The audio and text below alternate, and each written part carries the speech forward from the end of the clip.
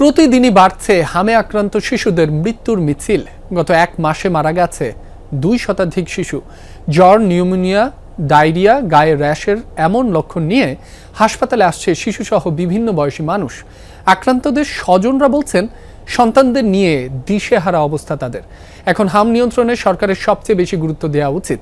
চিকিৎসকরা বলছেন সময়মতো টিকা না পাওয়া, আক্রান্ত রোগীর সংস্পর্শে আসা এবং সচেতনতার অভাবে সংক্রমণ বাড়ছে। এদিকে রাজধানীর বিভিন্ন কেন্দ্রে চলছে হামের টিকাদান কর্মসূচি।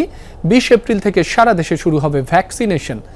6 মাস বয়সী শিশু থেকে 10 বছর বয়সীরা পাবেন টিকা। হাসপাতালগুলোর অবস্থা জানাতে যুক্ত হচ্ছেন সহকর্মী হাসিবুল করিম বিজয়। তিনি আছেন রাজধানীর মহাখালীতে। বিজয়, বিভিন্ন জেলা থেকে তো প্রচুর রোগী আসছে ঢাকায়।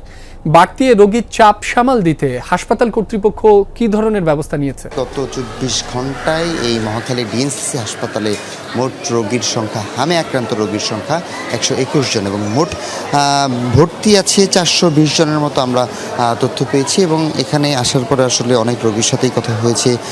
বেশিরভাগ রোগী আসলে কারোর হাম হয়েছে 5 দিন, 6 দিন অথবা 3 দিন, 4 দিন এরকম হয়েছে। তো প্রত্যেকটি শিশুরই অবস্থা যে খুব ভালো সেটিও বলা যাচ্ছে না। কিছু কিছু রোগী আবার সুস্থ হয়ে ফেরতও যাচ্ছে। তবে এই যে হামের উপক্রম, সেটি আমরা যেমনটি জানতে পারছি যে যাদের সাথেই কথা হয়েছে বেশিরভাগ শিশুরাই আসলে টিকা পায়নি।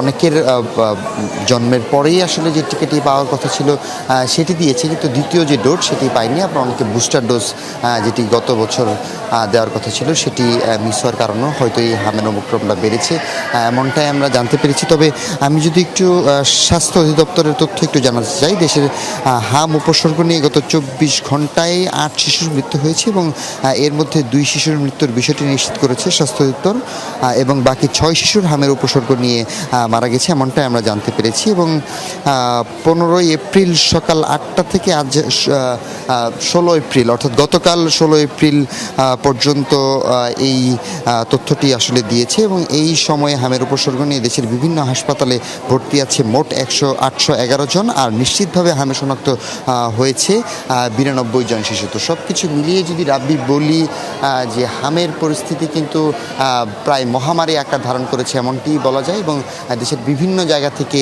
এই হামের উপসর্গ নিয়ে আসলে রোগীরা ঢাকার বিভিন্ন হাসপাতালে আসছেন। রাব্বি। বিজয়, আপনাকে ধন্যবাদ।